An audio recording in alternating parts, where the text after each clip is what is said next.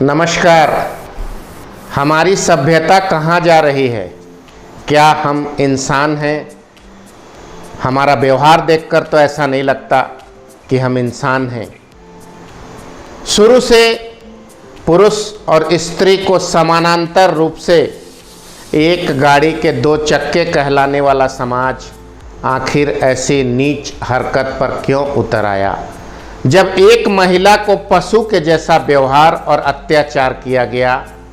बात चैकी पारा क्षेत्र के रनवास ग्राम जिला झाबुआ मध्य प्रदेश की है, जहां एक महिला पर आरोप है कि वह अपने एक मित्र के साथ, शादीशुदा महिला अपने एक मित्र के साथ कुछ दिनों के लिए अपने घर से अलग चली गई।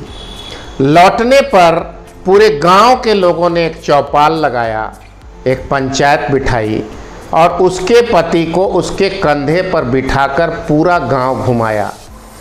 बात सिर्फ इतनी ही नहीं हुई और आगे बढ़ी। लोगों ने भद्दी भद्दी गालियां दी, हाथ चलाए उस महिला के ऊपर, उसके साथ पशुता सा अत्याचार हुआ। छोटी छोटी बात को संजीदगी से लेने वाली देश के मीडिया से मैं पूछना चाहता हूं, अगर उसमें राजनीतिक मसाला है तो ऐसे मसाले को लोग हाईलाइट करते हैं, परंतु जब मैंने मध्य प्रदेश के कुछ मीडिया और बाकी के चैनल से बात करने की कोशिश की तो लोगों ने कहा कि हम इस खबर की पुष्टि नहीं करते।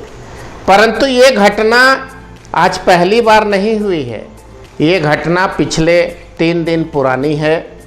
आज 31 जुलाई है, 3 से 4 दिन पुरानी झाबुआ जिला मध्य प्रदेश की ये घटना है और ये घटना की पुनरावृत्ति है।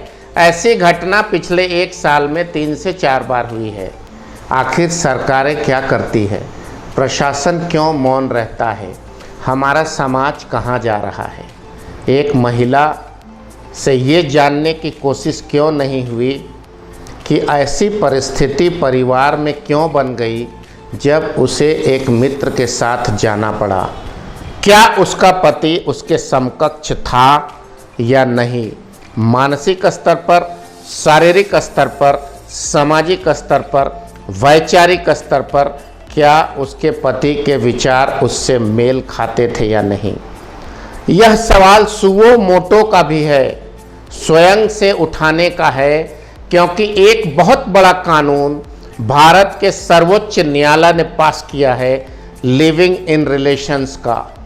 भारत का सर्वोच्च न्यायालय का कानून कहता है कि एक स्त्री और पुरुष यदि परिपक्व हों, उनके विचार मिलते हों तो वो साथ साथ रह सकते हैं। दूसरी तरफ एक गांव के कुछ लोग अपनी पुरातन संकुचित परंपरा के कारण, मैं उस स्त्री को कतई बढ़ावा नहीं दे रहा कि अपने मित्र के साथ शादीशुदा स्त्री अपने पति को दरकिनार कर चली जाए, मैं इसके पक्ष में कभी भी नहीं हूँ।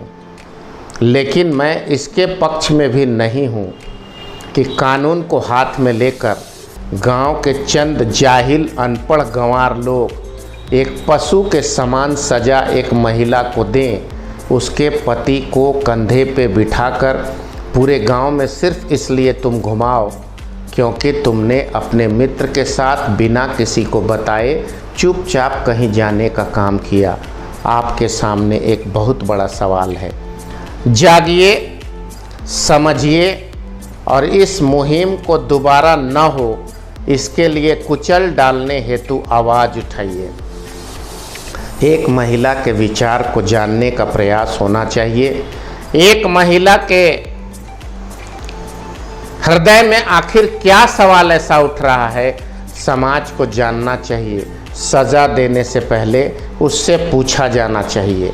आज इस बात की आज़ादी को एक महिला को तो है ही है कि तुम क्या मानसिक तौर पे संतुष्ट थी अथवा नहीं थी।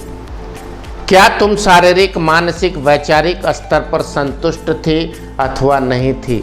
यदि नहीं थी तो उसके लिए एक माहौल तैयार किया जा सकता है क्या?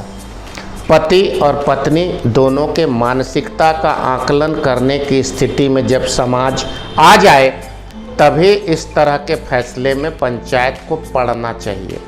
सर्वोच्च न्यायालय का कानून एक और, गांव में कानून की धज्जियां उड़ाता समाज और स्त्री के कंधे पे पति को बैठकर स्त्री के ज़मीर को, स्त्री के ईमान को रौंदता हमारा समाज।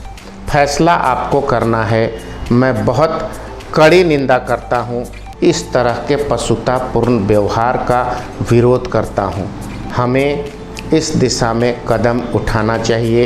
एक नए विचार के साथ बिंदु भूषण दुबे, सृष्टि रक्षा चैनल फिर से आपके सामने उपस्थित होगा। आज के लिए बस इतना ही। मेरे चैनल को ज़्यादा से ज़्यादा सब्सक्राइब करिए।